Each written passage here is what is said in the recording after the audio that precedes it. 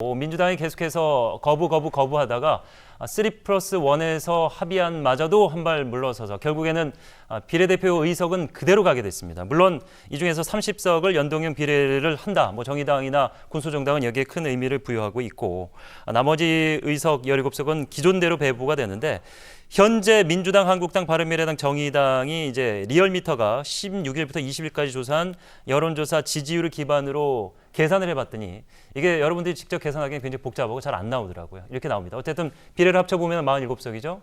그리고 의석 총합을 보면 더불어민주당이 136석, 현재 지지율만 놓고 보면 그렇습니다. 한국당이 116석, 그리고 정의당이 상당히 비약을 합니다. 물론 본인들이 원하는 20석에는 부족합니다만 내년 총선에서 만약에 이 정도 지지를 얻는다면 이에 비슷한 의석을 가져갈 확률이 높다. 물론 지역구를 이렇게 갖고 간다는 전제하에인데 그러기는 힘들죠. 그렇기 때문에 저희가 그냥 참고로만 보도록 하겠습니다. 참고로만. 여하튼 그 기존 플러스1 협의체에서 계속 난하게 겪었던 것이 이 비례대표 의석을 양대 정당은 하나도 가져가지 못하는 상황이 일단 민주당으로서는 굉장히 부담이 됐었는데 그 부분은 표면적으로는 일단 해결이 됐다고 봐야 되겠죠. 아니죠. 지금 저기 제가 봤는데 비례대표가 지금 지지율로 20석인데 이거 기준이 안 맞죠. 왜냐하면 연동형 비례대표제로 저희 만약에 되면 의석수가 없고요.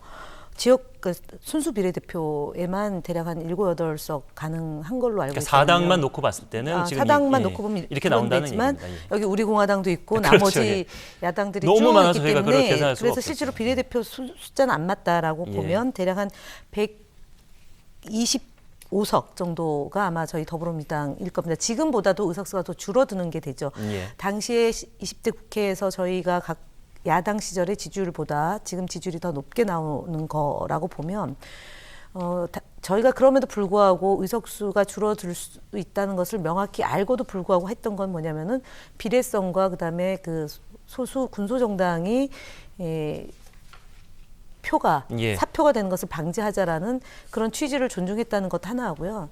또 하나 양당제보다는 다당제를 통해서 다양한 정책과 그 노선, 철학 이런 것들이 좀 반영되는 정당 구조가 좋겠다라는 거죠. 그리고 마지막으로는 공수처법하고 검경수사권 조정 문제가 필생에 지금 반드시 처리해야 될 과제다. 그리고 문재인 대통령이 대선 후보 과정에서 공약사항으로 했고 그래서 이것을 관철시키기 위해서 양보와 타협의 결과물이 바로 지금 연동형 비례대표제가 포함된 253대 47 이 구조로 된 거다라는 말씀을 드리겠습니다.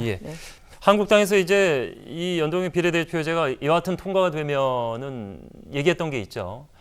비례한국당. 근데 이게 선관위에 등록이 됐습니다. 이 법안이 통과가 되고. 근데 이제 제3자에 의해서 됐다고 얘기가 나오고 있고, 김재원 정책위 의장이 또 이게 결성하겠다는 의사도 가지고 있고. 근데 여기에 대한 그 반대 여론이 한국당 내에서도 분명히 있을 것이 국민들이 이런 과정을 다 지켜보고 있기 때문에 비례한국당에게 비례의석을 가져갈 수 있게끔 지지하는 층이 과연 어느 정도 될 것인가 이것도 의문인데. 이번 선거법의 대표적으로 문제점이 바로 이런 부분이에요. 이게 가능하게 한 선거법이라는 거예요. 무슨 말이냐면 비례대표 전용 정당이 비단 비례한국당만 나오겠습니까? 계속 많이 나올 거다라는 예상이 엄청나게 나오죠. 있죠. 그러니까 이런 식의 정당이 가능하도록 한 빈틈 있는 선거법이다라는 말씀을 드리고 싶어요.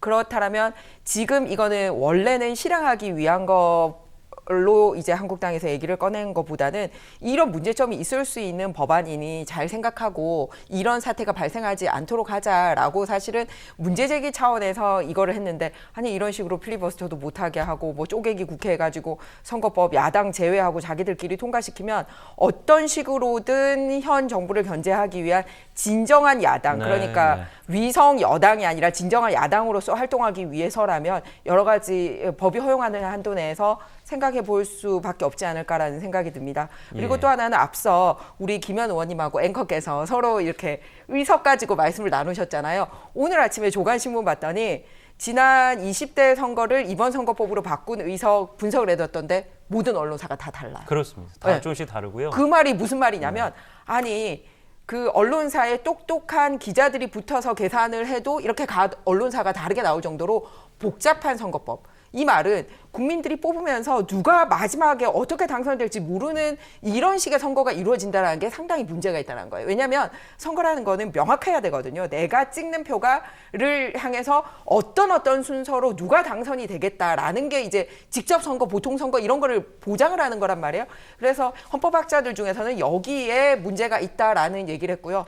또 하나 우리 김현 부총장께서 말씀하신 것 중에 뭐 필생의 뭐 과업이다, 뭐 공수처 이렇게 얘기를 하는데 저도 검찰개혁 찬성해요. 저뿐만 아니라 많은 국민들이 검찰이 많은 힘을 가지는 거에 대해서 뭔가 견제가 필요하다라고 생각을 합니다. 그런데 그게 공수처법이 이퀄 검찰개혁과 똑같은 말은 아니다라는 말씀을 드리고 싶어요. 오히려 검찰에 대해서 더 현 정권에 대해서 말 잘 듣게 하는 그런 하나가 될 수 있지 않을까. 그런데 선거법을 이거랑 이런 식으로 연동해서 끼워 판다? 왜 이 중요한 선거법과 중요한 검찰개혁이 이렇게 서로 끼워 팔기가 돼야 됩니까? 그래서 의회 민주주의까지 무너뜨리면서 이런 짓을 하는 게 결국은 독재로 가려고 하는 거 아니냐. 그런 걱정들을 하고 있는 겁니다. 자, 뭐 앞선 그 질문까지 회계에서 답변을 해주시는데 저는 이제 남은 질문이 많아서 좀 빨리 진행하도록 하겠습니다. 네. 한국당 심재철 원내대표 기자회견 내용 짧게 보고 관련 내용 이야기하도록 하겠습니다. 자, 문희상 국회의장의 당혹스러운 모습은 앞서 영상에 저희가 시작하면서 알려드렸습니다만 발언 수위가 조금 갈수록 세지죠. 좌파 충견 노릇을 한다. 형사 고발 그리고 탄핵 조항을 신설하겠다라는 의지를 표명을 했습니다. 필리버스터 중에 기자회견을 통해서 이런 의사를 밝혔습니다. 압박 수위가 계속 이제 올라가고는 있는데 이게 효율적으로 지금 진행이 되고 있다고 생각하시는지요? 지금 이런 식으로 의회가 진행이 되면 사실상 한국당은 의회에서 이렇게 일당이 아니기 때문에 얻을 수 있는 건 없는 것 같아요. 왜냐하면 기존에 그나마 이제 1당, 2당이 교섭단체라는 걸 통해서 서로 의사일정을 합의를 해서 진행해 왔는데 이번에 민주당이 보여준 모습은 뭐냐면 이번 법만 통과가 되고 한국당이 뭐 패했다 이게 문제가 아니고요. 아예 원내 교섭단체라는 말을 무력화시켜버렸다라는 데 의미가 있어요. 그렇다면 앞으로도 충분히 한국당이나 야당이 일당이 되지 않고서는 그 일당의 존재가 굉장히 무의미해지는 국회 모습을 만들어버리지 않았나라는 그런 걱정을 국민들이 하게 됐다라는 겁니다. 왜냐하면은 이번에 바꾸는 선거법도 뭐냐면 사표를 없애고 또 비례성을 강화하기 위한 거라고 말씀을 하셨잖아요. 그렇다면 대통령도 40%밖에, 41%밖에 안 얻고도 전체 권력을 드리고 있어요.